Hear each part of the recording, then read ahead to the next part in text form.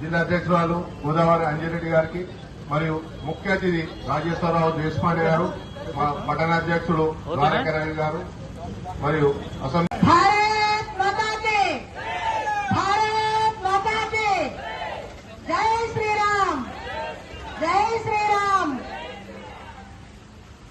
ఈరోజు భారతీయ జనతా పార్టీ ఈ యొక్క సంగారెడ్డి జిల్లా సంగారెడ్డి అసెంబ్లీలో కాంగ్రెస్ చేస్తున్నటువంటి మోసాలను ప్రజలకు తెలియజేసే క్రమంలో ఏర్పాటు చేస్తున్నటువంటి ఈ సభకు మరి ఇంత పెద్ద ఎత్తున మహిళలు, సోదరులు, సోదరీమణులు, భారతీయ జనతా పార్టీ అభిమానులు ఇంత పెద్ద వర్షంలో కూడా ఇక్కడికి వచ్చి మరి వర్షం పడుతున్నప్పటికీ అందరూ కూడా ఇక్కడే ఉన్నారు. వారి అందరికీ కూడా నిజంగా హృదయపూర్వక ధన్యవాదాలు తెలియజేసుకుంటూ ఈ స్టేజ్ మీద ఉన్నటువంటి సీనియర్ నాయకులు దేశపాండే గారు, అసెంబ్లీ కన్వీనర్ విష్ణువర్ధన్ రెడ్డి గారు, జిల్లా జీఎస్ మాణిక్రావు గారు, అదేవిధంగా టౌన్ అధ్యక్షులు ద్వారకారావు గారు, ముత్తిరెడ్డి గారు, సురేందర్ గారు, వాసు గారు, అదేవిధంగా డాక్టర్ రాజు గౌడ్ గారు, యువమోర్చా అధ్యక్షులు ప్రవీణ్ గారు, మందుల నాగరాజ్ గారు, మండల అధ్యక్షులు, వివిధ మండల అధ్యక్షులు, మున్సిపల్ అధ్యక్షులు, కో కన్వీనర్ మల్లేశం గారు, మహిళా మోర్చా అధ్యక్షురాలు అందరికీ కూడా హృదయపూర్వక నమస్కారాలు తెలియజేసుకుంటూ బీజేవైఎం అధ్యక్షులు అందరికీ కూడా నా యొక్క హృదయపూర్వక నమస్కారాలు తెలియజేసుకుంటూ మరి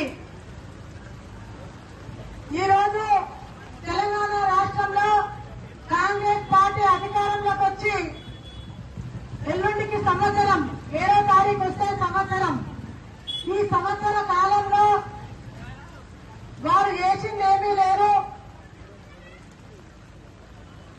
చేసిందల్లా ఒకటి తెలంగాణ రాష్ట్ర ప్రజలను, ముఖ్యంగా మహిళలను మోసం చేసిందని చెప్పి సందర్భంగా తెలియజేస్తా ఉంది. కానీ ఆ మోసాన్ని కప్పిపుచ్చుకోవడం కోసం మరి నిన్న మొన్నటి నుంచి కాంగ్రెస్ వాళ్ళు రైతు పండుగ అని చెప్పి వేదికలు పెట్టి పండుగలు చేసుకుంటున్నారు. అది రైతు పండుగ కాదు, రైతు గోస అని చెప్పి ప్రజలందరూ చెప్పుకుంటున్నటువంటి సందర్భం మనం చూస్తా ఉన్నాం. ఈ రోజు యువతను దగా చేసిండ్రు, మహిళలను మోసం చేసిండ్రు, ఆటో వాళ్లను, ఆటో డ్రైవర్లను అలోగతి పాలు చేసిండ్రు. మరి ఇన్ని చేసి కూడా మేము స్వచ్ఛమైనటువంటి పరిపాలన అందిస్తున్నామని చెప్పుకుంటారంటే అంతకంటే సిగ్గుచేటు లేదని చెప్పి నేను ఈ సందర్భంగా తెలియజేస్తా ఉన్నాను.